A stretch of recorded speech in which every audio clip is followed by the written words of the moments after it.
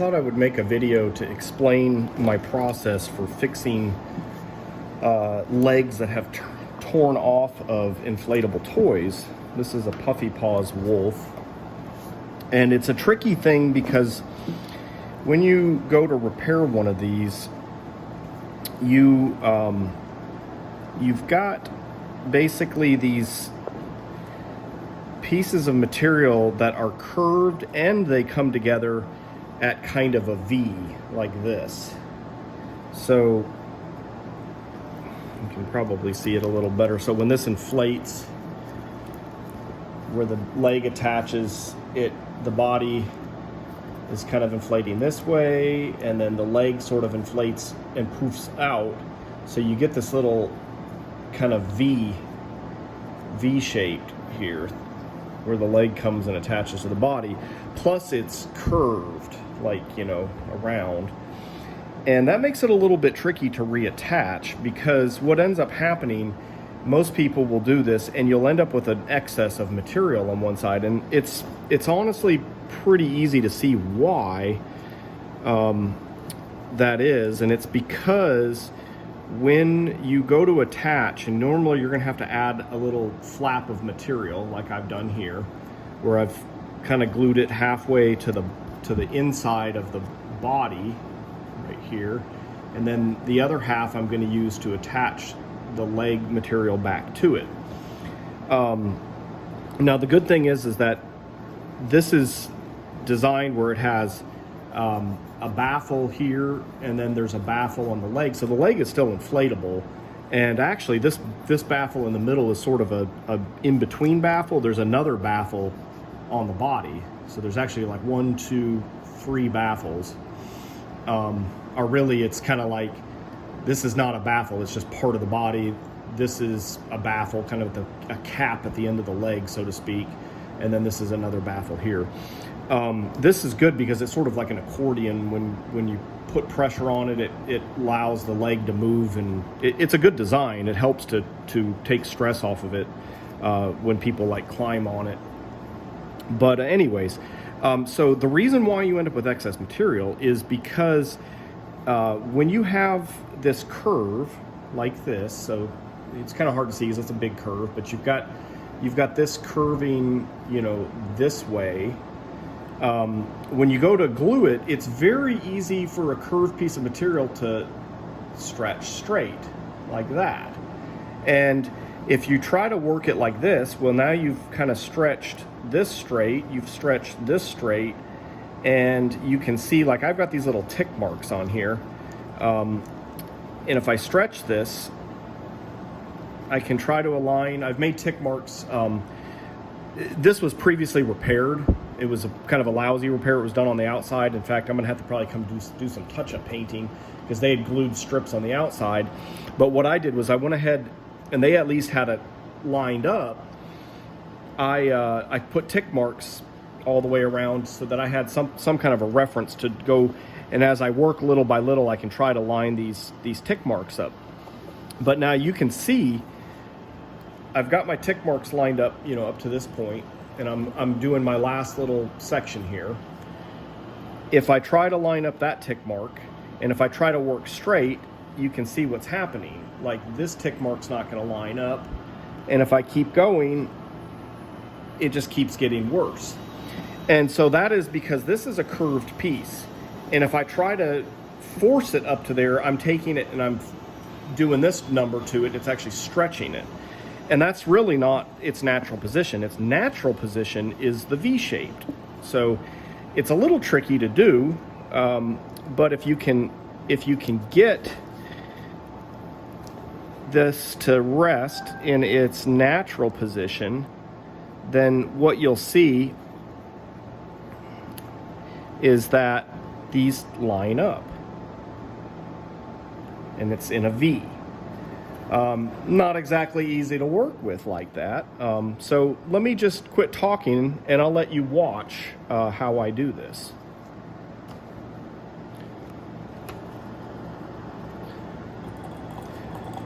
Now, I have a lot of cornstarch inside here to keep things from sticking, and because of that, what I have to do first is I have to take some acetone and kind of clean the surface that I'm about to glue, get the cornstarch off of it. But also the acetone works like a primer. It goes ahead and it starts to kind of break down the surface, and it actually makes the glue stick a lot better. So you can kind of look at it like it's a primer for the glue. Especially with this textured stuff on the back side of this vinyl, it's got a scritchy texture, and I find that when you do some acetone on that textured surface, it takes the glue a lot better.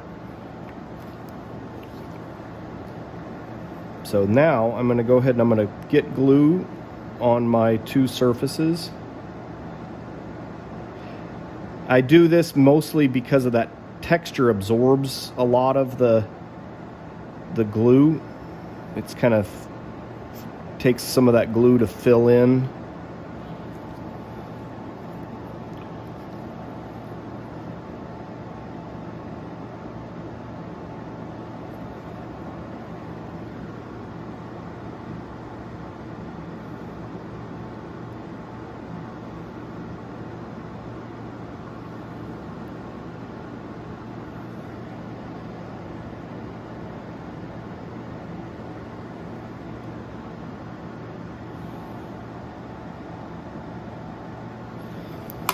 All right, next what I'm going to do is I'm going to get my finger up under here.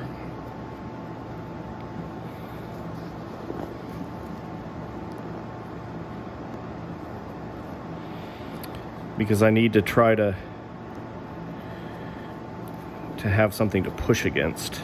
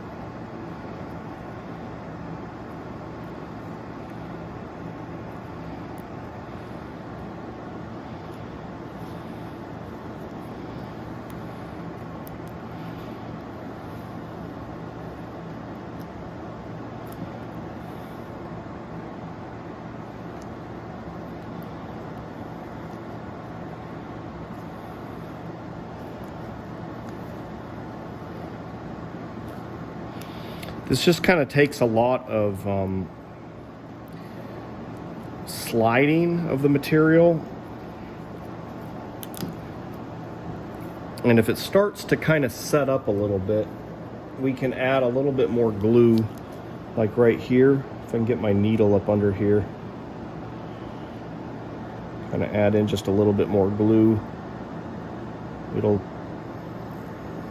You can also use a Q-tip with some acetone on it.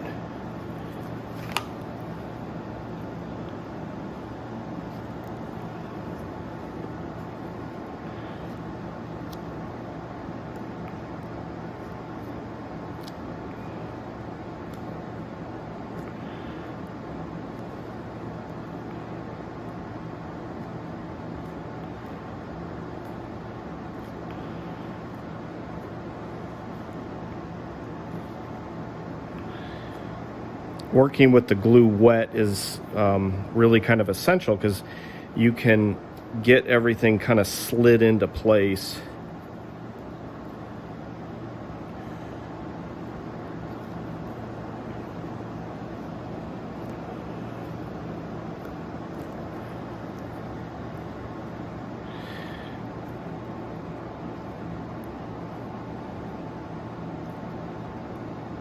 And as I did this project, I worked from the end of the tear this direction, and I also worked from the end of the tear this direction. So I'm actually kind of meeting in the middle right now. This is the last little segment. I think this was like a 40-inch tear. It was basically most of the leg off the body.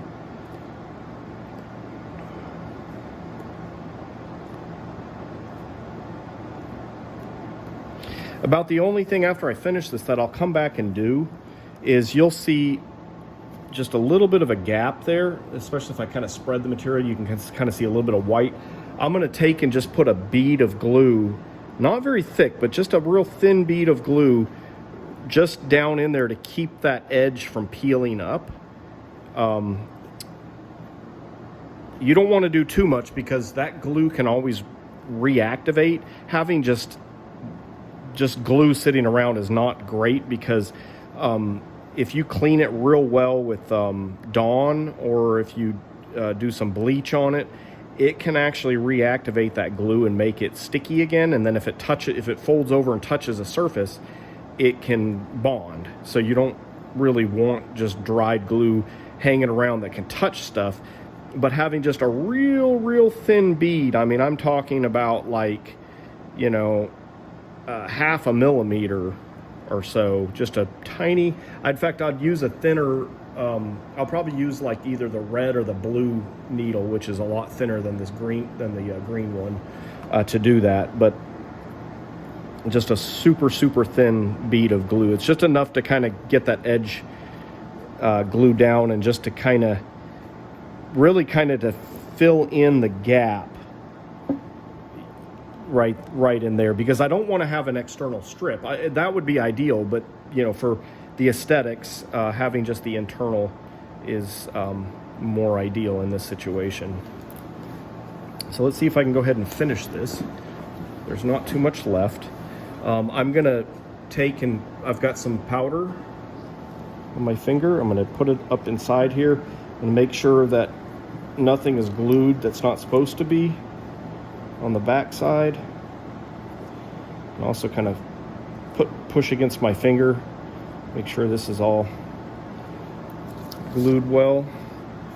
Might take some powder and go this direction as well.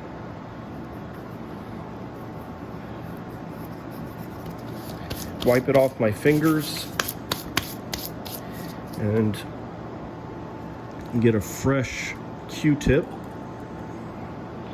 and clean this last little bit. I think I might try to do this in one go because it's not very much.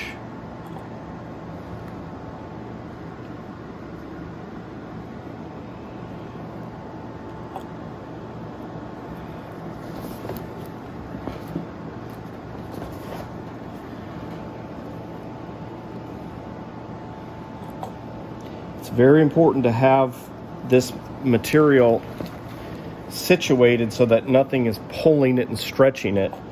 I want it to be kind of just laying on my lap, sort of in a neutral position. Having it in the right position is everything when you're working on this stuff, because it's flexible, stretchy material, and it can easily deform and make your life miserable when you're trying to glue it together. You got to be in the right frame of mind to do this, not stressed out. If you start getting stressed out, you might as well just take a break.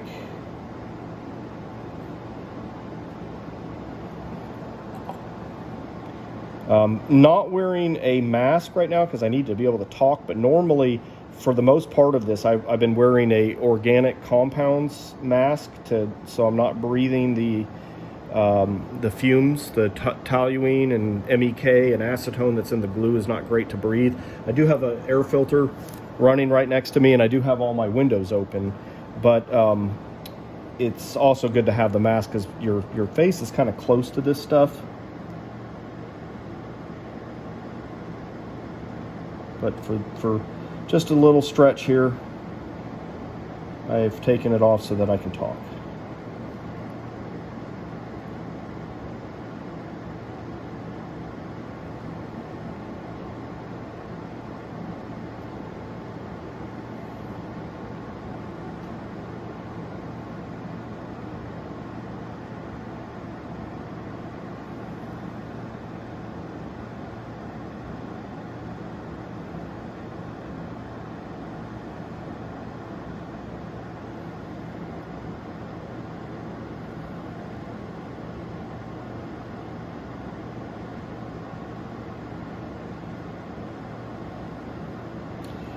since this is damaged paint on the outside, I'm not being quite as careful as I would as if it were really in good condition.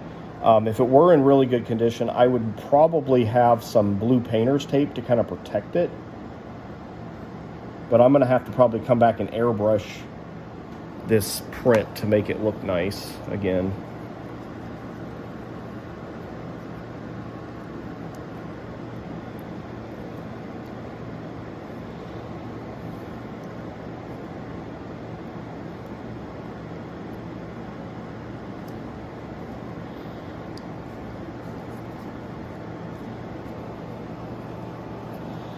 What I'm going to do is kind of connect the dots, fold it this way, connect that one. Might have this Q-tip with some acetone to release in certain spots. Push that one together. Just going to kind of connect the dots, that way I can put the rest of the pressure in the natural position, folded this way. Since I don't really have a way to get my finger back in there on this last little bit, I kind of have to just pinch it together like that.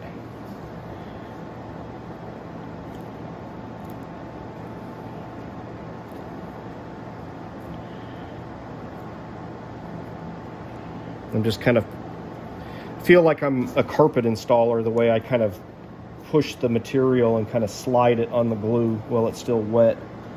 And if I need to slide it and it's not wet anymore, I'll just have to like inject a little bit more glue underneath to release it, so that I can slide it. Like for example, right down here, this is kind of set up a little bit. I'm gonna put a little more glue under here, get this sort of released.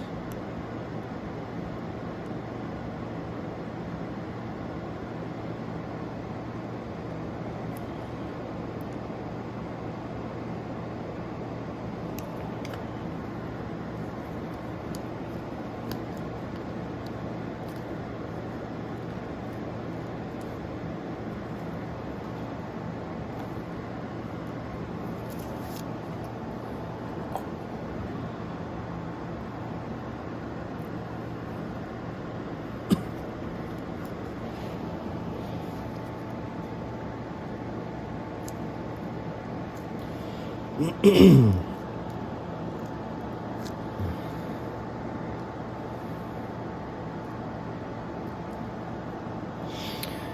one's kind of not cooperating right in here a little bit.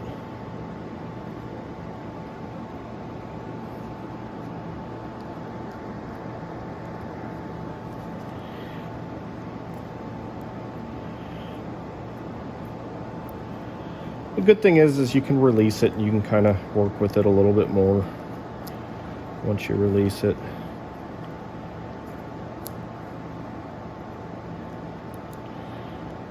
So you don't panic if it's not laying the way you need it to. You can always kind of release it with some acetone or some glue. Of course, if you release it, it's going to stay wet for a little while, so you do have to kind of work with it for a minute to make sure it's going to stick the way you want it to.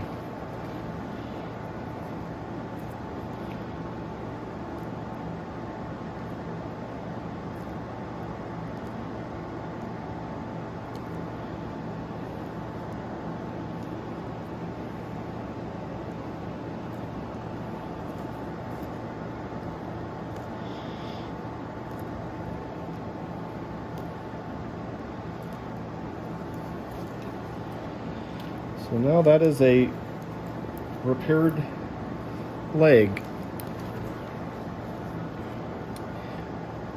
It's going to take some time for all this glue to set up.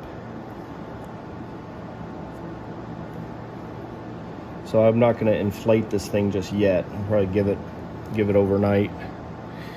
But I could go ahead and start to take off some of these marks.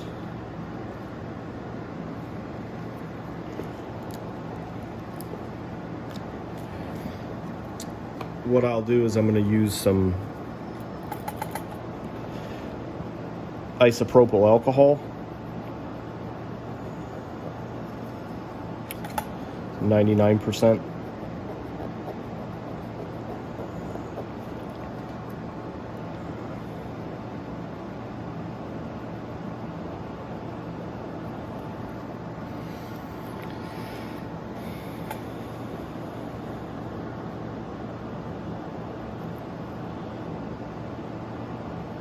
That's what's great about these silver Sharpies is they will come off with, you can use it to mark with, and then they can come off with the isopropyl alcohol.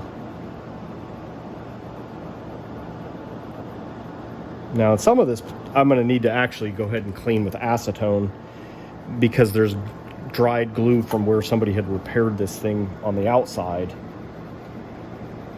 So there's a lot of glue residue. I'll take off as much of this silver Sharpie as I can, but in some cases it's kind of gotten in with the glue residue that's on the outside.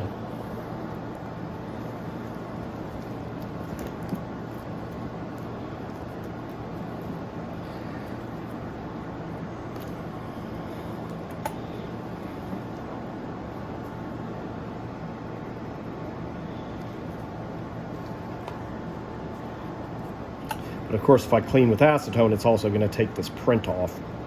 So that's where the airbrushing is going to come in. I have some PVC ink that's designed to bond with the material.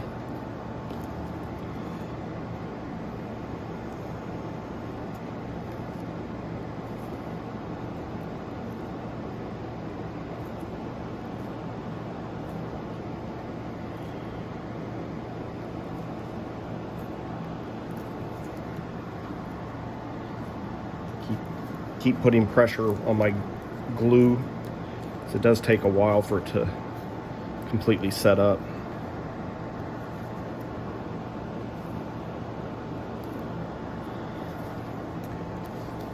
And we'll come back to it after I finish cleaning it up and inflate it.